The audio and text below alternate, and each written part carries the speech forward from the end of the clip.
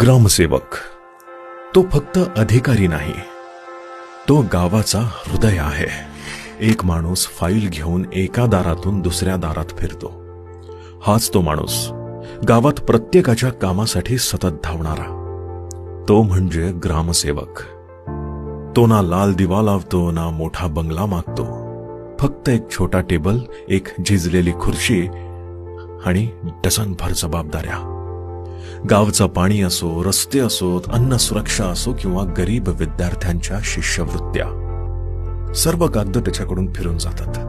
गावातील गरीब लोकांना घर मिळवून द्यायचं असो किंवा महिलांना पाण्यासाठी वणवण फिरावं लागू नये यासाठी पाणी योजना आणायची असो, हाच ग्रामसेवक रात्रंदिवस झटतो. तो जन्म मृत्यूची नोंद करतो. तो तुमच्या नावावर शिधापत्रिका आणतो. तो ग्रामसभेत गावाच्या समस्यांवर आवाज उठवतो. पण त्याच्यासाठी आवाज उठवणारा कोणीच नसतो.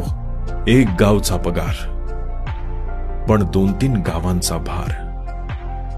कामांच्या ओझ्याखाली दबलेलं आयुष्य. दिवसाचे 12 ते 14 तास काम करूनही काही जण म्हणतात, ग्रामसेवक सगळेच भ्रष्ट असतात.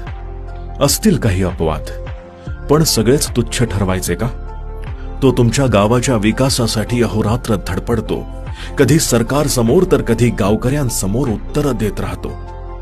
पण स्वतःसाठी त्याचं असं काहीच नसतं. आज त्याला दोष देण्याआधी त्याचं ऐका. कारण तो तुमचं काम करणारा नौकर नाही.